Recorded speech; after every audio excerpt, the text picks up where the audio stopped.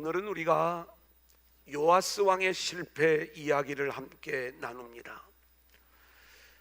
하나님의 구속사의 증인으로 세워졌던 이 요아스가 왜 이렇게 실패로 그의 인생이 끝나고 마는가? 그 분기점을 보니까 그의 신앙의 지도자였던 여호야다가 살아있을 동안에 요아스 왕은 뭔가 성공적인 모습을 우리 가운데 보여주는데, 여호야다가 죽은 이후에는 결국 불신앙과 비참한 죽음의 모습으로 드러나는 모습을 우리는 보게 되는 거예요. 오늘 말씀 속에 하나님이 우리에게 주시는 놀라운 복음의 이야기가 담겨 있습니다. 오늘도 우리가 세 단계로 나누어 말씀을 진행할 때에 저와 여러분 모두가 함께 큰 은혜 받는 귀한 시간들이 될 수 있기를 소원합니다. 자, 첫 번째 한번 따라해 볼까요? 산당제사. 자, 오늘 이 요아스의 이야기를 진행하면서 가장 먼저 등장하는 요아스의 실패의 모습은 산당을 제거하지 않았다는 거예요. 도대체 이 산당이 뭐길래 제거하지 않고 있는가? 그리고 산당 제거는 어떻게 하나님의 뜻인가? 우리가 신명기서의 말씀을 통해서 그 내용을 살펴보겠습니다. 신명기 12장 1절로 3절 우리 한번 같이 읽어볼까요? 시작. 내 조상의 하나님 여호와께서 내게 주셔서 차지하게 하신 땅에서 너희가 평생에 지켜 행할 규례와 법도는 이러하니라. 너희가 쫓아낸 민족들이 그들의 신들을 섬기는 곳은 높은 산이든지 작은 산이든지 푸른 나무 아래든지를 막론하고 그 모든 곳을 너희가 마땅히 파멸하며 그 제단을 헐며 주상을 깨트리며 아세라상을 불사르고 또 그 조각한 신상들을 찍어 그 이름을 그곳에서 멸하라. 여러분이 신명기의 말씀은 우리가 잘 알고 있는 것처럼 가나안 땅에 들어가기 전에 모세가 이스라엘 백성들을 모아놓고 설교한 말씀인 거죠. 그 설교의 내용 중에 너희가 가나안 땅에 가면 높은 산 낮은 산 할 것 없이 그곳에는 우상을 섬겼던 산당들이 있을 텐데 그 산당들을 제거하라는 말씀인 거예요.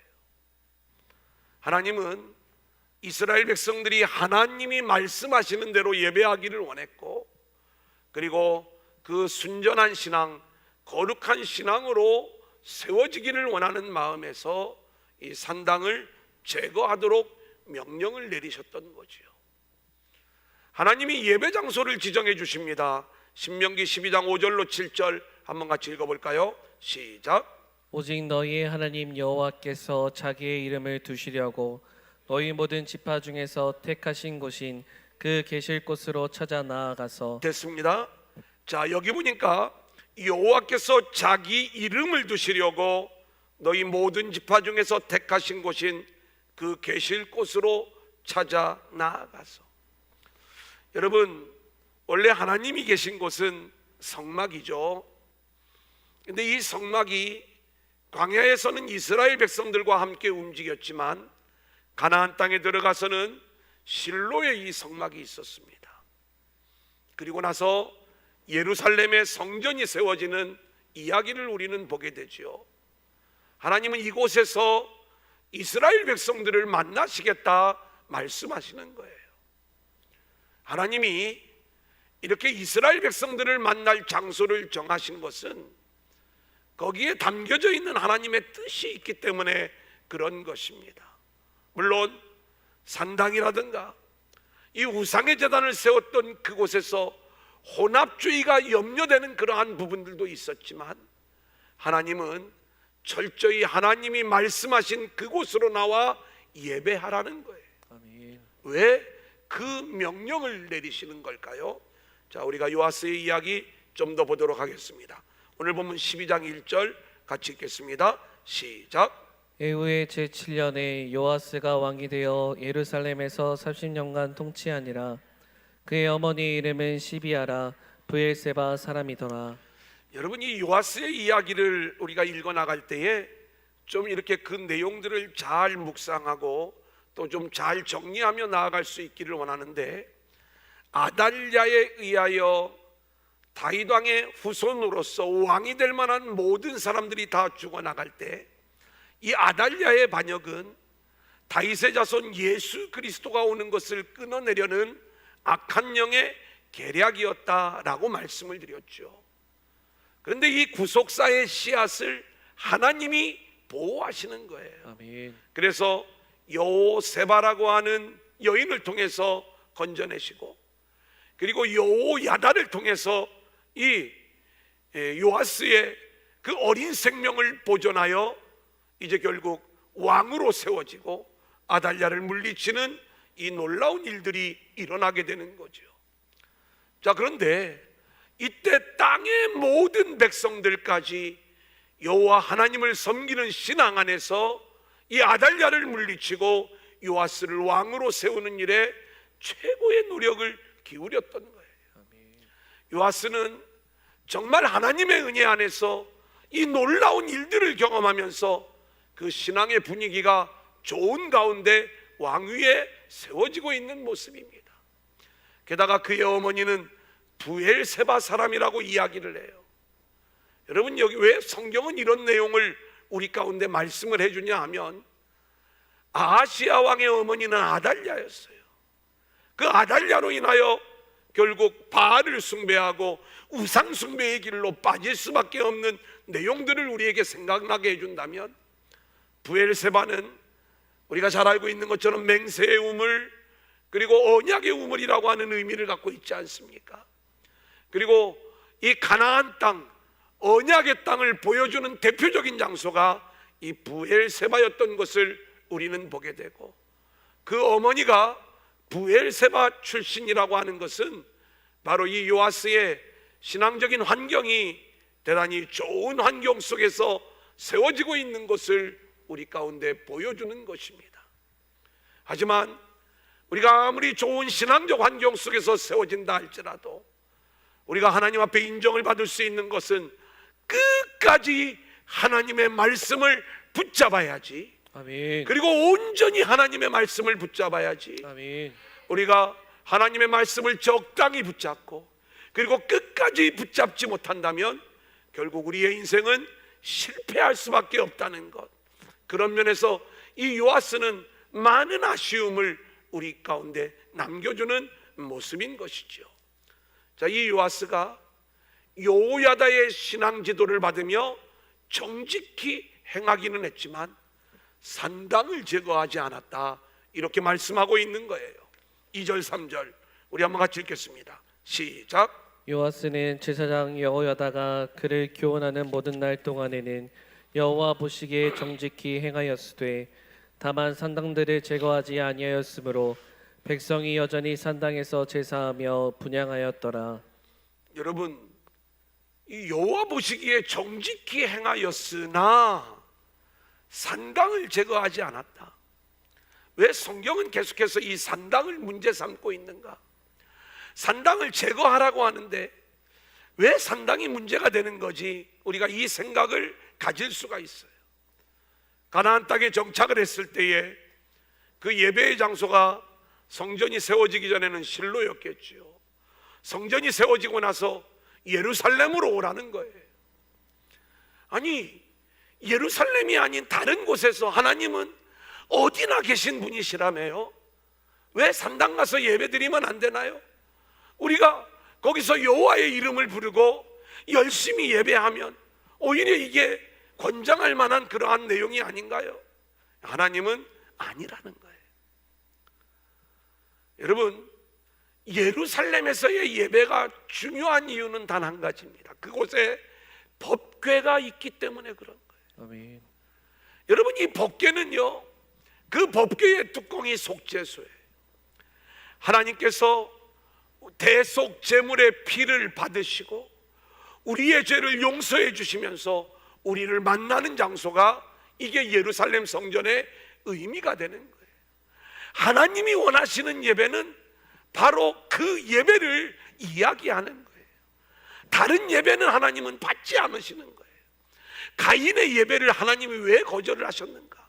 가인은 최선을 다한 예배로 하나님을 감동시키기를 원했지만 인정받지를 못했어요. 왜요? 자기를 드러내는 예배예요. 자기 열심으로 하나님의 영광을 좀 드러내보자. 하나님은 그렇게 영광이 드러나시는 분이 아니죠. 아벨의 예배를 왜 하나님이 받으십니까?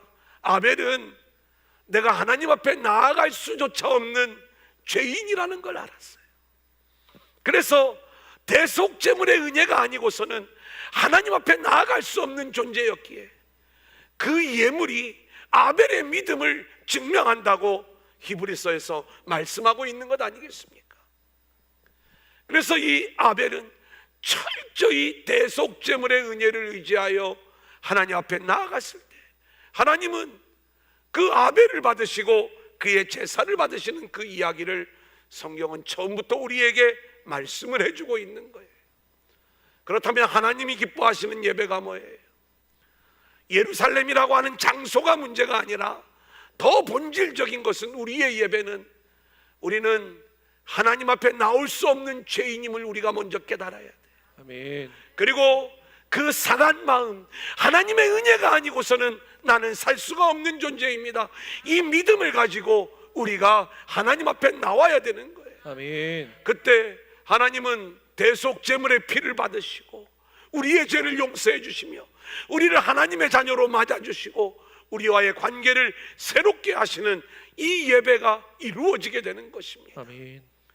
자, 그래서 하나님이 정하신 그곳에 나와 예배하라고 말씀을 하시는데 이스라엘은요 남과 북으로 갈라진 다음에도요 전부 다 예루살렘 예배에 실패하고 있는 모습을 보여주는 것입니다. 북쪽의 왕들은요 여로보암의 길을 따라가요. 여로보암은 예루살렘으로 향하는 백성들의 길을 막아버리시오.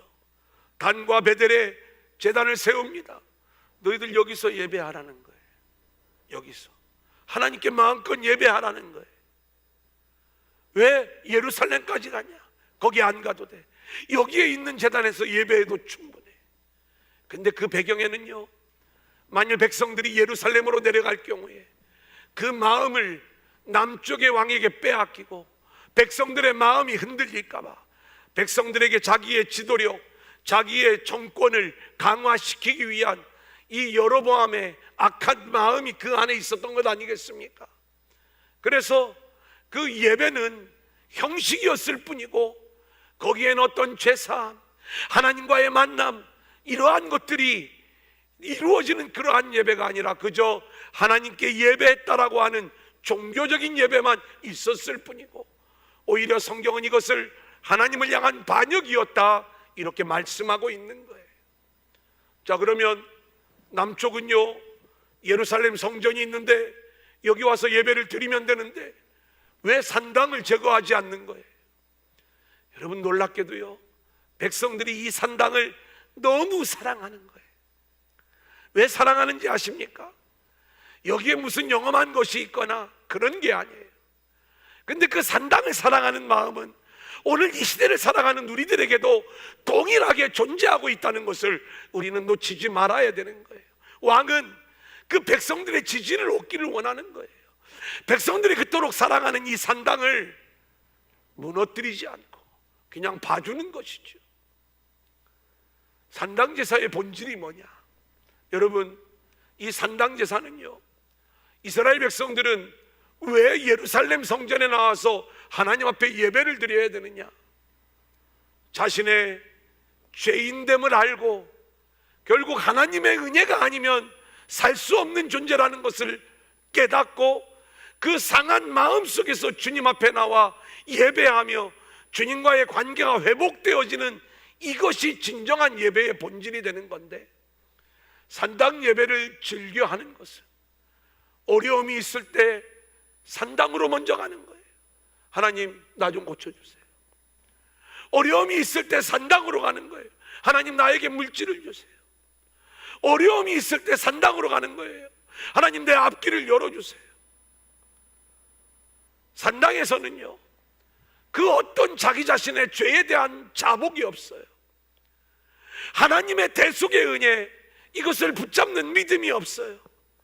십자가가 사라져버린 예배, 이게 산당 예배의 아주 기본적인 중심이 되는 모습인 것입니다. 산당에 가서 이들이 드렸던 예배가 여호와 하나님의 이름을 부르며 예배를 드렸지만 그들의 고통과 그들의 어려움을 하나님 앞에 부르짖는 것이 무슨 잘못이냐 이렇게 이야기할 수 있을지 모르지만 하나님은 철저히 하나님의 영광이 아닌 자기 만족, 자기 기쁨, 자기 유익을 위하여 드려지는 그 예배를 하나님을 향한 반역이라고 말씀하고 있는 거예요.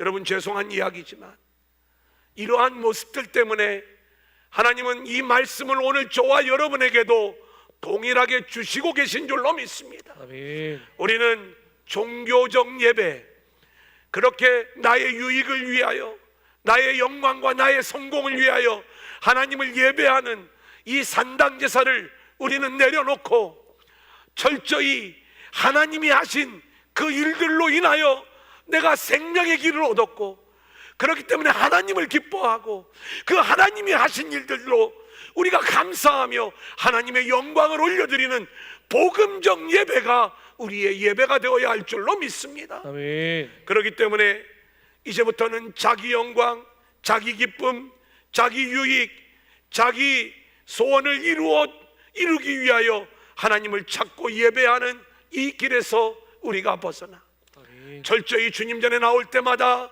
상한 마음을 가지고 아멘. 오늘도 우리의 죄를 용서해 주시는 주님의 십자가의 은혜, 그 은혜를 붙잡고 하나님 앞에 나아가 예배하는 자들로 세워질 수 있기를 소원합니다. 아멘. 요아스는 이 부분을 내려놓지 못했기 때문에 그의 결국이 실패로 끝날 수밖에 없었던 거예요. 두 번째, 따라하겠습니다. 성전 수리. 성전 수리. 자, 이 요아스 왕이요, 여호야다의 지도를 받으면서 잘한 일이 또 하나 있는데 그것은 성전을 수리하는 일에 열심을 내었다는 거예요. 우리가 생각을 해보면 이 요아스는 죽음의 위기를 성전에 숨어서 견뎌낸 그 과정들을 우리가 알 수가 있습니다. 요아스가 왕이 되기 전에 6년 동안 아달랴가 통치를 하면서 어떤 문제가 생겼냐?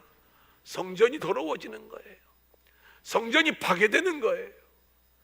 왕이 된 다음에 요아스는 하나님을 향한 열심을 보여주죠. 이 성전을 고쳐야 되겠다. 그래서 성전 수리 명령을 내리지만 그 일들이 잘 진행이 되어지지 않아요. 우리 한번 4절로 6절까지의 말씀 같이 읽어볼까요? 요아스가 시작.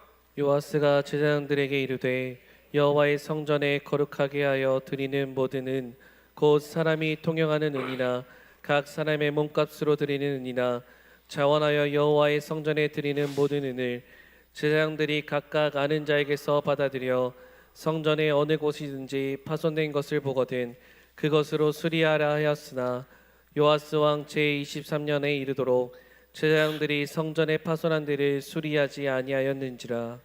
여러분, 이제 이 이야기는 우리가 참 이 용어들이 어려운 얘기는 아닌데 여러분들이 그냥 읽으면 이 이야기가 어떤 내용인지를 이렇게 쉽게 알아듣기가 어려워요.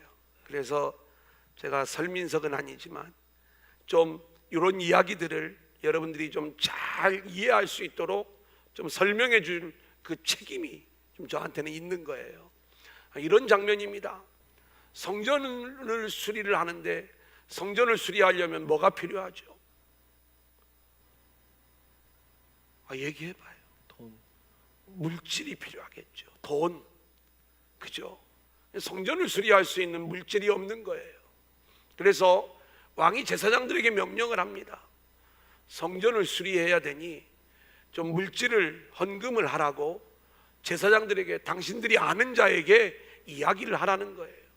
그래서 저도 장로님 헌금해 주세요, 권사님 헌금해 주세요, 집사님 헌금해 주세요, 이렇게 제가 요청을 했어요. 그 헌금을 목사님 지난번에 말씀하셨던 그거 수리할 수 있도록 제가 헌금 드릴게요. 한 분이 10만 원 주고 한 분이 100만 원 주고 그게 저 안에 들어왔어요. 그러면 제가 그걸 어떻게 해야 돼요? 성전 수리하는데 이걸 사용해야 되죠. 그런데 제사장들이 더 급한 데가 있었던 거예요. 그동안에 이 성전이 제대로 수리되어지지 않는 그 기간 동안에 성전에 필요한 양식도 사놔야 되고 성전에 필요한 기물도 사놔야 되고 또 보니까 이 성전 기구들이 다 이렇게 또 망가져 버린 그러한 부분들도 있고 제사장들이 자기들 필요한 곳에 그것을 먼저 사용하기 시작을 한 거예요. 헌금은 들어오는데 그 헌금이 진짜 성전을 수리하는 이 일에 쓰임을 받지 못하는 그 문제, 요 얘기를 해주고 있는 겁니다. 그러자 요아스 왕이 버럭하는 장면이에요. 7절 8절 우리 3페이지에 나옵니다. 같이 읽어볼까요? 시작. 요아스 왕이 대제사장 여호야다와 제사장들을 불러 이르되 너희가 어찌하여 성전에 파손한 데를 수리하지 아니하였느냐? 이제부터는 너희가 아는 사람에게서 은을 받지 말고 그들이 성전에 파손한 데를 위하여 드리게 하라. 자 보세요. 너희가 아는 사람에게서 은을 받지 말아라. 개인적으로 이제는 헌금을 받지 말아라. 이제 새롭게 이 성전 수리를 위하여 다른 방법이 제시되어지는데 우리 9절 한번 같이 볼까요? 시작. 제사장 여호야다가 한 궤를 가져다가 그것의 뚜껑에 구멍을 뚫어 여호와의 전문 어귀 오른쪽 곧 제단 옆에 두매 여호와의 성전에 가져오는 모든 은을 다 문을 지키는 제사장들이 그 궤에 넣더라. 예, 이 얘기는 뭐냐면 따로 요즘으로 이야기하면 헌금함을 만들어 가지고 성전 수리를 위한 헌금을 따로 모았다는 거예요.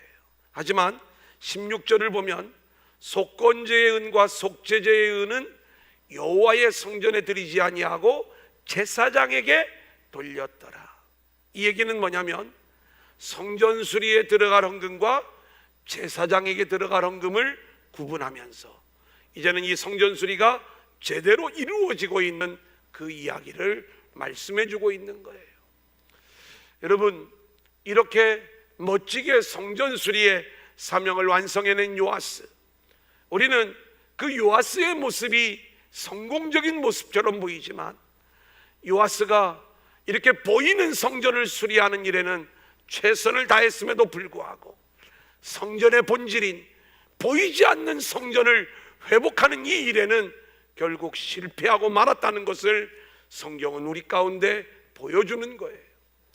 여러분, 우리가 성전 수리 이렇게 이야기를 하면 우리 교회 안에도 수리해야 될 일들이 정말 많이 있어요. 이를 위하여 애써주시고 수고해 주시는 모든 분들께 정말 마음에 감사를 드리는 거예요. 하지만 이 보이는 건물을 수리하는 일들도 중요하지만 하나님은 저와 여러분을 하나님의 처소로 삼으시고 아멘. 성령이 우리 안에 거하게 될 때 그러한 우리 몸을 하나님의 성전이라고 말씀하시는 거예요. 아멘. 이 진정한 성전 수리는 우리의 삶이 복음의 삶으로 회복되어져야지만이 이게 온전한 성전 수리다, 이렇게 말씀을 드릴 수 있다, 이 말씀인 것입니다. 아멘. 여러분, 한번 그 내용을 역대하를 통해서 우리가 볼 수 있는데 우리는 오늘 이 과정에 대한 동일한 이야기를 역대하 24장의 말씀을 통해서 우리가 한번 좀 보도록 그렇게 하겠습니다. 역대하 24장 14절로 16절 같이 읽겠습니다. 시작. 공사를 마친 후에 그 남은 돈을 왕과 여호야다 앞으로 가져왔으므로 그것으로 여호와의 전에 쓸 그릇을 만들었으니 곧 섬겨 제사 드리는 그릇이며 또 숟가락과 금은 그릇들이라. 여호야다가 세상에 사는 모든 날에 여호와의 전에 항상 번제를 드렸더라. 잠깐만요. 이게 성전 수리의 본질인 거예요. 여호야다가 세상에 사는 모든 날에 여호와의 전에 항상 번제를 드렸더라. 그러니까 성전 수리의 본질은 보이는 성전의 수리도 중요하지만 저와 여러분의 삶이 늘 하나님을 예배하는 아멘. 복음의 삶으로 세워져야 될 줄로 믿습니다. 아멘. 이러한 여호야다를 하나님이 인정하세요. 15절 16절 계속 읽습니다. 시작. 여호야다가 나이가 많고 늙어서 죽으니 죽을 때 130세라. 무리가 다윗성 여러 왕의 묘실 중에 장사였으니 이는 그가 이스라엘과 하나님과 그의 성전에 대하여 선을 행하였음이더라. 여러분, 여호야다의 신앙이 인정을 받은 것은 그가 이스라엘과 하나님과 그의 성전에 대하여 선을 행하였다, 이렇게 말씀을 하고 있는 거예요. 눈에 보이는 그 건물을 수리하는 그 일들에도 열심을 내었지만 항상 하나님 앞에 예배하면서 복음의 삶으로 회복되어지는 이 모습이 하나님이 기뻐하시는 그러한 회복의 모습이다, 이 말씀인 거예요. 아멘. 자, 그러면 요아스를 왜 실패했다고 이야기를 하는가? 요아스는 분명 보이는 성전을 회복하고 수리하는 이 일에는 열심을 보였어요. 하나님을 물론 기쁘시게 하는 일이었겠지요. 하지만 하나님은 그 보이는 건물이 중요한 게 아니라 저와 여러분의 내면의 성전, 보이지 않는 그 성전이 온전히 회복되어지기를 원하는 거예요. 아멘. 저는 코로나19의 이 어려운 시기를 보내면서 하나님이 우리를 자꾸 막으시면서 우리를 회복시켜 나갈 때에 하나님이 원하시는 진정한 회복은 어떤 모습인가? 다시 찬양단이 세워지고 우리가 마스크를 벗고 전부 다 주회전에 나와서 모이는 수가 회복되어지고 하나님이 이걸 원하시는 것일까? 그게 아닌 거죠. 가만히 보니까 아직 하나님이 우리를 처소 삼아 우리 안에 거하셔야 되는데 여전히 우리의 내면에 바알이 남아있고 아세라가 남아있고 세상을 향한 이 우상의 마음들이 남아있는 이 모습, 그래서 하나님께서 이 모든 것들을 하나하나 제거해 나가면서 너희의 그 파손된 그 성전, 이 내면의 성전을 수리해라. 아멘. 그 수리는 딱 하나요, 예수로만, 예수의 십자가로만, 오직 말씀의 통치로만 우리가 이 온전한 성전 수리를 이루어낼 수 있는 거예요. 아멘. 그리고 이 일은 하나님이 하시는 일이고 아멘. 그 하나님의 일에 우리가 순종하며 나아가야 될 줄로 믿습니다. 아멘. 사랑하는 여러분, 오늘 우리가 이 자리에 나와 하나님께서 여러분을 말씀으로 찾아가시면서 여러분의 그 내면에 고장난 그 부분들을 수리하실 때, 아멘, 주님 나를 고쳐주세요. 아멘. 나를 새롭게 하여 주세요. 아멘. 나를 회복시켜 주세요. 아멘. 그렇게 말씀에만 집중하면서 회복된 성전의 모습이 되어 온전한 성전 수리의 모습으로 하나님의 영광을 드러낼 수 있기를 소원합니다. 아멘. 요아스는요, 멋지게 수리된 그 성전에서 그가 결국 타락을 하면서 하나님을 배신하고 하나님을 반역하며 하나님이 선지자를 보냈을 때 성전 뜰에서 그 선지자를 죽이는 이 완악한 모습을 보이게 되는 거예요. 겉으로의 회복은 이루어졌지만 내면의 회복이 이루어지지 않은 그러한 모습이더라, 이 말씀인 거예요. 여러분들이 이렇게 다시 주회전에 나올 수 있는 것, 또 우리가 하나님 앞에 주의를 지키는 것, 우리가 하나님 앞에 기도의 시간을 지키는 것, 할렐루야예요, 감사해요. 하지만 그건 보이는 거예요. 여러분의 삶에 여전히 바알이 중심이라면, 세상의 영광이 아직도 내 안의 중심이라면, 내 안에 여전히 나를 향한, 내 인생의 영광을 향한 그러한 욕심 속에서 내가 하나님을 예배하고 있다면 그것은 여전히 산닥이고요, 영전히 바알로 더럽혀진 성전의 모습이라는 것, 이것을 우리가 놓치지 마시고 철저히 예수로만, 말씀으로만, 십자가로만 아멘. 완전히 고침받고 치유받고 회복되어지는 저와 여러분들이 될 수 있기를 소원합니다. 아멘. 이제 마지막 세 번째 한번 따라합니다. 요아스의 실패. 요아스의 실패. 여러분, 오늘 이 열왕기하의 말씀을 보면 16장까지는 막 박수를 쳐줄 수 있는 그러한 말씀이 나오다가 17절에 갑자기 요아스의 완전히 반전된 그 모습이 나와요. 잘못된 모습이죠. 17절 18절을 볼까요? 시작. 그때 아람 왕 하사엘이 올라와서 가드를 쳐서 점령하고 예루살렘을 향하여 올라오고자 하므로 유다의 왕 요아스가 그의 조상들 유다 왕 여호사밧과 여호람과 아시야가 구별하여 드린 모든 성물과 자기가 구별하여 드린 성물과 여호와의 성전 곳간과 왕궁에 있는 금을 다 가져다가 아람 왕 하사엘에게 보냈더니 하사엘이 예루살렘에서 떠나갔더라. 여러분, 요아스의 불신앙의 모습이죠. 아람이 쳐들어왔어요. 그런데 하나님 앞에 무릎 꿇고 회개하며 하나님의 도움을 요청하는 것이 아니라 왕궁과 성전에 모든 금은 보화들을 내어주고 그 아람왕을 달래어 보내는 그 장면을 보여주고 있는 것입니다. 근데 이 내용으로 인하여 결국 요아스는 비참한 죽음을 당하게 되지요. 20절 21절 같이 볼까요? 시작.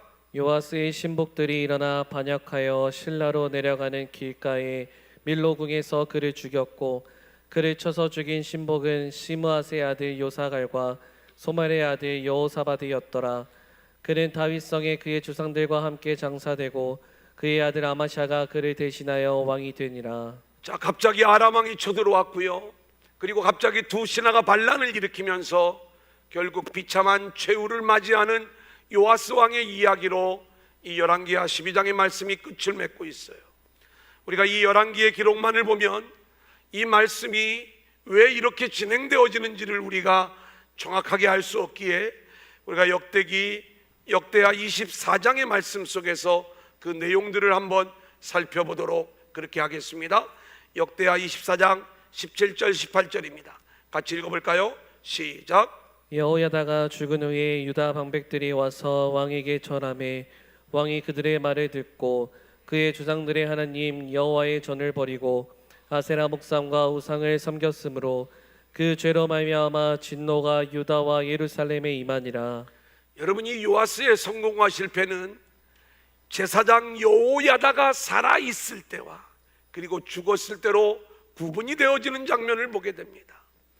여호야다가 살아 있을 동안에는 그를 통하여 하나님의 말씀을 듣고 하나님의 말씀을 붙잡지만 여호야다가 죽은 다음에는 방백들의 이야기, 사람들의 이야기를 듣는 거예요. 아첨하는 이야기, 세상의 이야기, 세상의 영광을 취하는 이야기.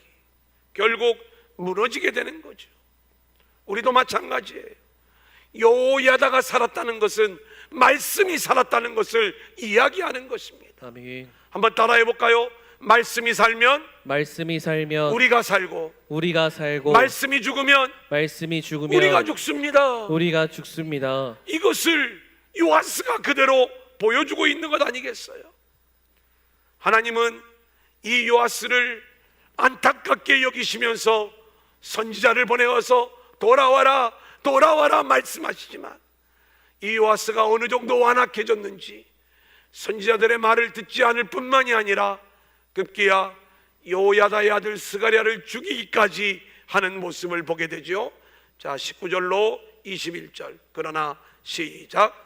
그러나 여호와께서 그들에게 선지자를 보내사 다시 여호와에게로 돌아오게 하려 하심에 선지자들이 그들에게 경고하였으나 듣지 아니하니라.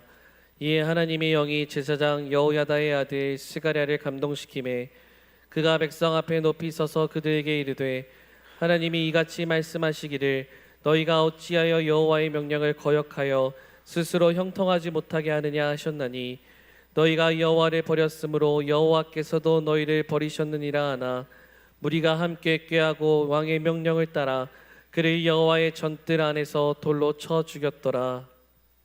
여러분, 우리가 이 장면을 보면 하나님의 애절한 마음을 우리가 볼 수가 있어요. 아달랴의 반역으로부터 하나님이 이 요아스를 왕으로 세우기까지 다윗의 자손 예수 그리스도가 오시는 이 놀라운 일들을 진행해 나갈 때 하나님의 마음은 이 요아스가 얼마나 하나님께로 돌아오기를 원하는 그 마음이었겠습니까? 그런데 그가 여호야다가 죽은 다음에 반역의 길을 걸어갈 때 하나님이 선지자를 보내요. 그런데 말을 듣지 않아요. 이번에는 여호야다의 아들을 보내는, 마치 하나님이 아들 예수를 내려보내시는 것처럼 그 아들 스가랴를 보냈는데 이 스가랴를 성전에서 죽이는 거예요. 인간이 이렇게 완악해요. 여러분, 오늘 이 이야기는요, 그 선지자를 죽이는 이야기는 요아스의 이야기에만 해당되는 게 아니라 이스라엘 백성들에게만 적용되는 것이 아니라 오늘 우리들에게도 동일하게 적용되어지고 있다는 것을 우리는 놓치지 말아야 돼요. 하나님이 저와 여러분을 존귀한 존재로 세워주십니다. 하나님은 끝까지 우리를 사랑하시면서 하나님의 언약을, 하나님의 은혜를, 하나님의 사랑을 우리 가운데 베풀어 주시는데 우리는 그 엄청난 하나님의 은혜의 그 경륜 속에 살아가고 있음에도 불구하고 늘 자기 영광이 최고인 거예요. 하나님의 은혜에 대한 배은망덕의 모습으로 끝까지 자기 영광을 위하여 살아가는 우리들의 모습이 결국 선지자들을 십자가에 못 박는, 돌로 쳐 죽이는 그러한 일과 똑같다. 예수님이 이 말씀을 동일하게 하신 적이 있죠. 우리 마태복음 23장 35절 36절 같이 읽어볼까요? 시작. 그러므로 이 아벨의 피로부터 성전과 제단 사이에서 너희가 주인 바라기아의 아들 사가랴의 피까지 땅 위에서 흘린 이로운 피가 다 너희에게 돌아가리라. 내가 진실로 너희에게 이르노니 이것이 다 이 세대에 돌아가리라. 저를 좀 잠깐 보시죠. 이 내용이 어떤 내용이냐면 예수님이 이스라엘 백성들이 선지자들을 다 죽였다는 거예요. 하나님이 은혜로 행하시는 그 구원의 일들을 받아들이지 않고, 그래서 하나님은 이 모든 일들을 통해서 하나님의 영광이 드러나는 하나님의 나라를 세워가시는 이 놀라운 일들을 진행해 나가시는데, 인간들은 끝까지 자기 영광을 고집하면서 선지자들의 말을 듣지 아니한 게 결국 가인이요 자기 의를 주장하기 위해서 아벨을 죽이는 거예요. 그래서 선지자 아벨의 피로부터 시작을 해서 요아스가 스가랴를 죽이는 거예요. 하나님의 은혜에 대한 배은망덕의 모습을 우리 가운데 보여주고 있는 것입니다. 여기 보면 스가랴를 뭐라고 이야기를 하냐면, 우리가 여호야다의 아들 사가랴 이렇게 얘기를 해야 되잖아요. 스가랴와 사가랴는 같은 이름이에요. 이거는 별 문제가 없는데, 복음서에 보면 바라기아의 아들 스가랴 이렇게 얘기하고 있어요. 사가랴 이렇게 얘기하고 있어요. 이건 이름이 좀 다르지 않습니까? 라고 하는 그러한 문제, 제가 다 설명을 할 수는 없어요. 지금 이 성경 공부를 할 적에는 물론 이 내용들을 제가 다 알려드리겠습니다. 요아스를 죽인 인물도 우리가 열왕기를 보고 또 역대기를 보면 살짝 이름이 틀려요. 또 뭔가 좀 차이가 나는 것처럼 보여요. 우리가 하나는 부계를 따르고 하나는 모계를 따르기 때문에 그런 것이다, 이런 여러 가지 차이점들이 보이는 것이 있습니다. 근데 이 부분, 왜 바라기아의 아들 사가랴라고 했는가? 요거는 의미가 있어요. 발음도 잘 안 돼. 어떤 사람은 여호야다, 바라기아, 그 다음에 스가랴, 요런 계보였을 것이다. 물론 일리가 있습니다. 그런데 여호야다와 바라기아는 같은 이름의 의미를 갖고 있어요. 여호야다라고 하는 말은 여호와께 복을 받은 자라는 의미를 가지고 있어요. 근데 그 별명이 바라크야예요. 바라크가 무슨 말이죠? 복이죠, 복. 그러니까 여호와께 복 받은 별명 똑같은 이름이에요. 그러니까 여호야다나 바라크야, 바라기야 같은 의미를 가지고 있는 것이다. 그래서 왜 이름이 틀리느냐 이렇게 보지 마시고요. 그러면 예수님이 말씀하신 것도 동일한 이야기죠. 요아스 한 사람이 아니라 이스라엘 역사 내내 선지자를 죽여온 역사다.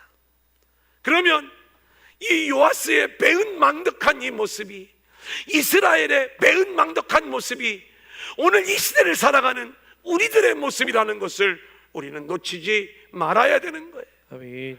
우리는 하나님의 은혜 안에 있음에도 불구하고 끊임없이 나의 유익, 나의 기쁨, 나의 영광이 아니면 하나님을 거절해요. 하나님의 일을 받아들이지 않아요. 이것이 선지자를, 예수를 십자가에 다시 못 박는 그러한 일이 된다는 것. 사람의 말, 세상의 말, 방백들의 말을 들을 때 결국 요아스는 이 길을 걸어갈 수밖에 없었던 거예요. 우리는 철저히 하나님의 말씀을 듣고 그 말씀이 저와 여러분을 통치하고 아멘. 그 말씀 안에 세워짐으로 하나님이 기뻐하시는 신앙인으로 온전히 회복되어질 수 있기를 소원합니다. 아멘. 이제 마지막, 이 요아스에게 하나님의 심판이 임하는 거예요. 하나님은 자기 영광을 구하는 이 요아스를 철저히 깨부수는 그 모습을 보게 되잖아요. 아람 왕을 보내요. 하나님의 사인이에요. 하나님이 코로나19를 보내는 것 하나님의 사인이에요. 이때 우리는 인본주의로 사람의 방법으로 이 문제 해결되지 않아요. 하나님의 마음을 알아야 돼요. 내게로 돌아와라. 나에게 돌아와야지만이 온전한 회복이 이루어지는 거야. 우리가 이것을 알아야 돼요. 내가 아무리 은과 금을 가지고 있고 왕궁의 모든 금, 이 성전에 있는 모든 기물들을 다 내어준다 할지라도 그것으로 비참함이 끝나는 게 아닌 거예요. 사람이 아무리 자기의 방법을 고안해내서 막고 또 막는다 할지라도 이 코로나19는 막아지는 게 아니에요. 우리가 하나님 앞에 온전히 돌아와야 우리는 이 코로나의 문제로부터 자유함을 얻을 수 있다, 이 말씀인 것입니다. 아멘. 하나님께로 돌아오지 못하고 그렇게 완악한 길을 갔을 때에 결국 비참한 죽음이라고 하는 그 최후의 죽음이 그의 인생 앞에 놓이게 되었던 것을 우리는 보게 되는 것입니다. 우리는 오늘 요아스의 실패 속에서 저와 여러분의 실패의 모습을 보아야 돼요. 우리는 요아스보다도 더 완악한 존재들이에요. 요아스, 너는 그렇게 좋은 신앙의 환경 속에서 그렇게 하나님이 요야다를 붙여주시고 땅의 백성들을 붙여주시고 네 어머니도 그렇게 좋은 어머니, 신앙의 어머니를 주셨는데 왜 성공하지 못했느니? 우리가 이런 이야기를 할 수 있겠지만 여러분, 그 이야기를 요아스를 향하여 하지 마시고 저와 여러분 자신을 향하여 그 이야기를 할 수 있기를 소원합니다. 아멘. 우리는 이 요아스보다도 더 완악한 존재들이기 때문에 늘 하나님의 말씀을 붙잡아야 되고 오직 하나님의 말씀에만 생명을 걸고 믿음의 삶을 살아야 될 줄로 믿습니다. 아멘. 자, 이제 찬양단 나오시고요.